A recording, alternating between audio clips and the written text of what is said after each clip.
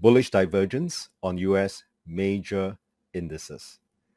Now, so what is bullish divergence? It represents that the bull is losing its momentum. And there are two key points of discussion today.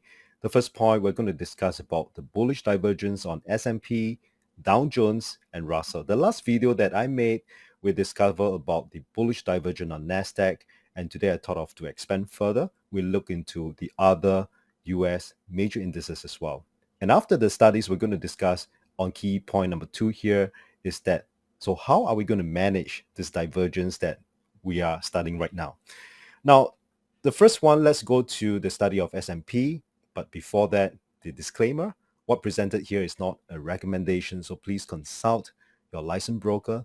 My mission here is to create lateral thinking skill for every investor and traders, knowing when to take a calculated risk with market uncertainty and a bolder risk when opportunity arises. Now let's look at the S&P right now, and over the years that S&P was an uptrend. So basically an uptrend, the prices, it was a higher high all the way until even right now. Now, how can we tell that the true MACD, that is an indicator that there's a divergence? Now, first of all, as you could look across the time frame here, that I could see that all this while as the price is tracking higher, and the MACD, the peak itself, it was also a higher high. But something have changed, which I observed that somewhere around the May of 2021, that it was a higher high. Yep. But as we look down the MACD, the peak itself, it forms a lower high. Now, whenever we see this phenomena, this is what I call a bullish divergence. And still remember how we defined bullish divergence earlier. It represents that the bull is losing its momentum. So when I saw that somewhere end of last year, I became very measured. I got to be very careful what's happening around. And we studied about NASDAQ last week. And now we're going to look at the Dow Jones as well. Also in the same period, somewhere last year in May onwards. Now let's draw a trend line. That it was a high on the prices itself, but on the MACD, it was a lower high that we could see here.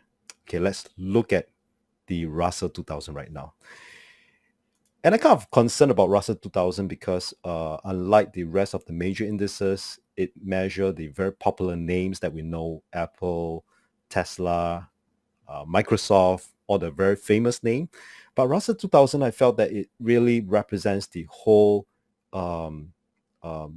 small and medium-sized listed company in the United States.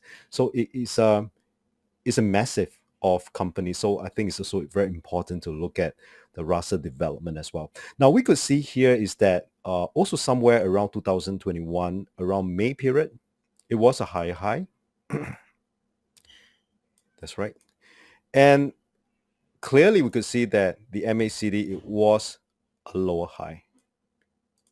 Yep. So that's before 2022, I believe. And that's formed a bullish divergence that we could see that.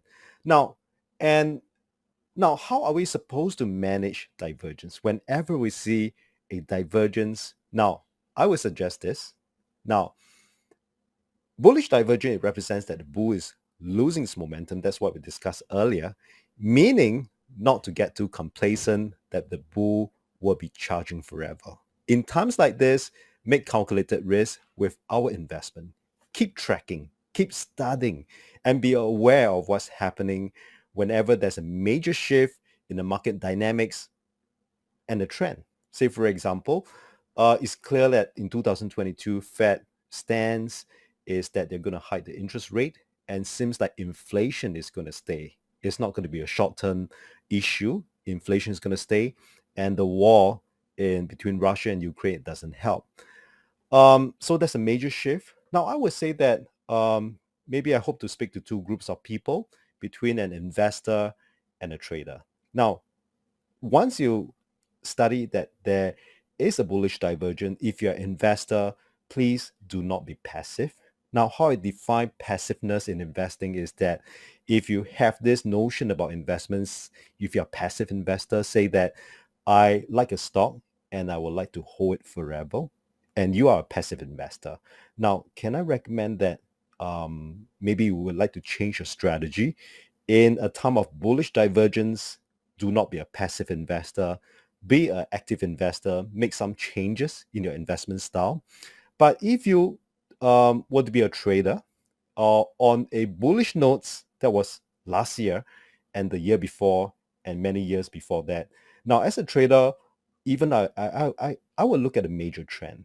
If the major trend indicates to me that the bull is still intact, my focus will always likely to be I would like to buy on dips.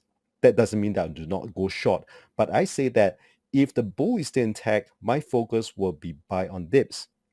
But it seems like 2022 and onwards, seems like the US market is entering into a bear market.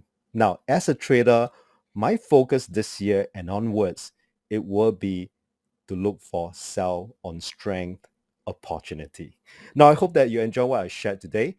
And the coming videos, I'm going to share about applying the same techniques about divergence on shorter time frame markets with the micro E-mini US indices. Continue to explore this topic with these related videos and register for these webinars as well. Follow my Facebook page for my daily market insights. To be updated with my latest video, subscribe to my channel and remember to turn on the notification bell. See you again very, very, very soon.